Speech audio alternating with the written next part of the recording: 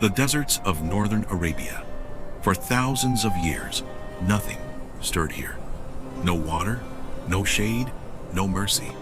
Only endless sand, stretching far beyond the horizon.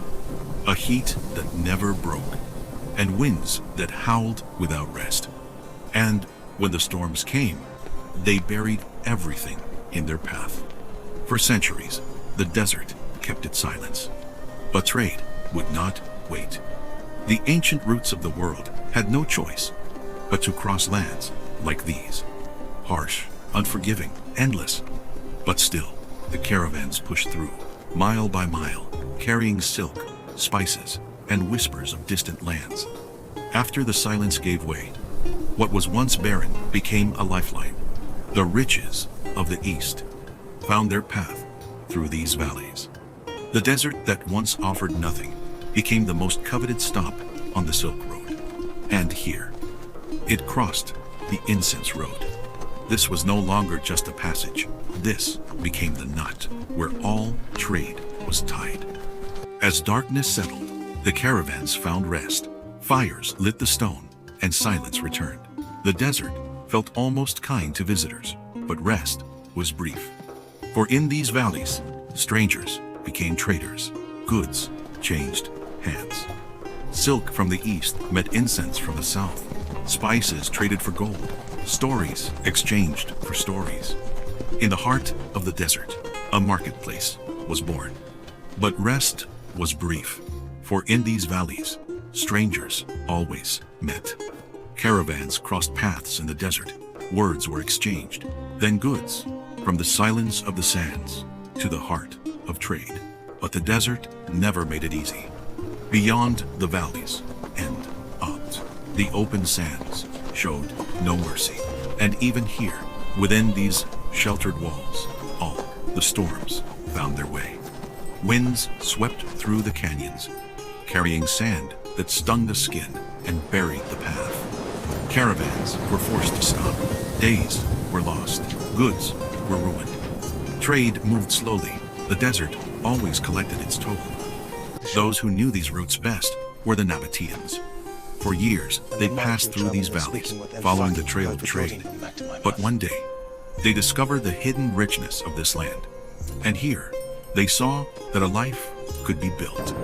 And then, they watched the water, how the rain flowed over the rocks and disappeared. But to them, it was more than water.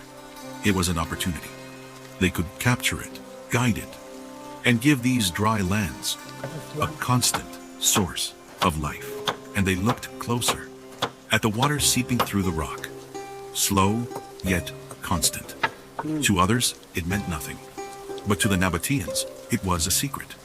This land held life. Then the work began.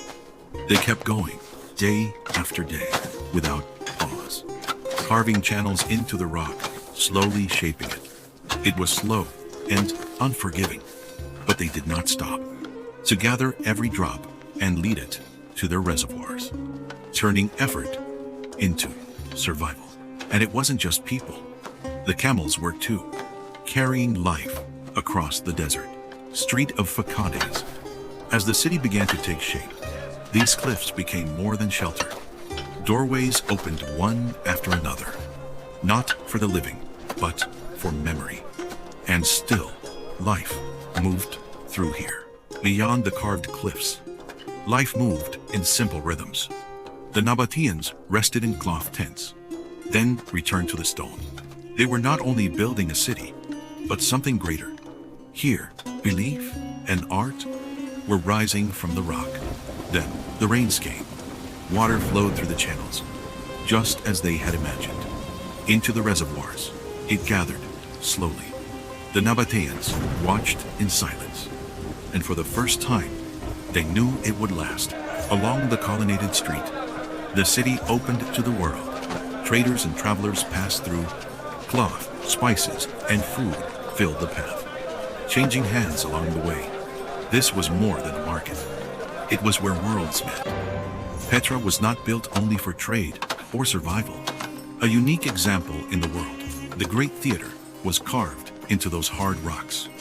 Even in the middle of a waterless desert, in the middle of nowhere, art came to life. 20 Nabataeans to Yelgam, skini put you in by Saudi December, this is Afghans. You need to do this, Chapel, the Neil months, you put a cow, the need this, a mag, and this to do what's the gamba to give me this. At the heart of Petra, something different began to rise. Not carved into stone, but built, block by block. Qasr al-Bint, a structure shaped with purpose, set apart from everything that came before.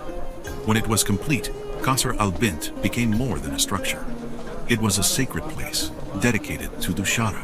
It became a place people came to, not for trade, but for belief. Death was not an end for the Nabataeans, but a passage. They believed life continued beyond this world. For their leaders, they carved monumental tombs into the cliffs. The royal tombs, not just resting places, but gateways to the afterlife. High above the city, carved into the mountain itself, stands Ad-Dir, one of Petra's largest and most striking monuments. Its massive facade reflects the power and devotion of the Nabataeans. But beyond the stone, it was a place of gathering. As you step inside, voices fade and rituals begin. Above Petra, the Nabataeans came together at the high place of sacrifice to do religious ceremonies. People offered offerings here, not with violence, but with love. A spot where the sky seemed closer, and every action had a purpose. The great temple was in the middle of Petra, a location of strength and meaning. Here, the Nabataeans got together to make choices that led their city. Not only a stone monument, but a place of power and life. In the heart of the desert, Petra stood like an oasis. Life had settled. Everything moved in its own quiet order. Wealth filled the city, and inside its homes, there was peace. The Nabataeans, in the heart of this valley, imagined something never seen before. Why they wanted such a structure, we don't fully know. Was it a temple, a monument, or something else entirely? Even today, its true purpose remains uncertain.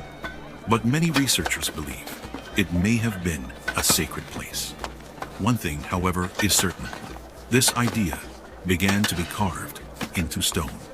And for days, for months, the rock was shaped with patience. After months of work, when it was finally completed, there was a quiet sense of joy. Those who imagined it, those who believed in it, and those who worked for it, now felt a well-earned pride. Through the Sig.